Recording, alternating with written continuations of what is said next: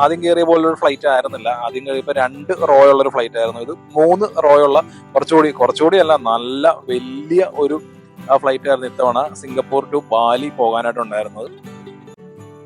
എയർപോർട്ടിൽ നിന്ന് ബാലിയിലേക്ക് പറന്നുയർന്ന കാഴ്ചയാണ്. നിഴൽ വന്നുകൊണ്ട് ആ ഷാഡോ വന്നത് എനിക്ക് വളരെയധികം ഇഷ്ടപ്പെട്ട ഒരു ഷോട്ടാണ്. അപ്പൊ ഈ കാണുന്ന സിംഗപ്പൂർ എയർലൈൻസിൽ നിന്ന് ബാലിയിലേക്കുള്ള യാത്രയിലേക്കുള്ള വിഷ്വൽസ് ആണ് നിങ്ങൾ കാണുന്നത്. സിംഗപ്പൂർ എയർലൈൻസിന്റെ എക്കണോമിയാണ് ഞങ്ങൾ സെലക്ട് ചെയ്തത്. അതിൽ വന്നിരിക്കുന്ന ബ്രേക്ക്ഫാസ്റ്റ് ആണ് ഈ കാണുന്നത്. സോസേജ്, പിന്നെ സ്ക്രാമ്പിൾഡ് എഗ്, ഞാൻ പറഞ്ഞ സ്ട്രോബെറി യോഗേർട്ട്, അത് വീണ്ടും വന്നു. അത് നല്ല കിഡിലൻ ഐറ്റം ആണ്.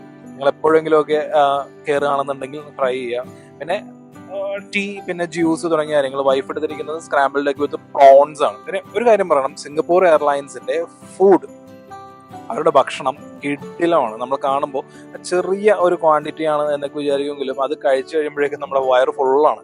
അത് പ്രത്യേകം എടുത്തു പറയേണ്ട ഒരു കാര്യമാണ്. കാരണം ഒരാൾക്ക് പറ്റുന്ന ഫുഡ് നല്ല ക്വാണ്ടിറ്റിയിലാണ് അവർ സെർവ് ചെയ്യുന്നത്. പിന്നെ അവരുടെ സർവീസ് ഒന്നും പറയാനില്ല, 10ൽ 10 മാർക്ക് തന്നെ കൊടുക്കണം.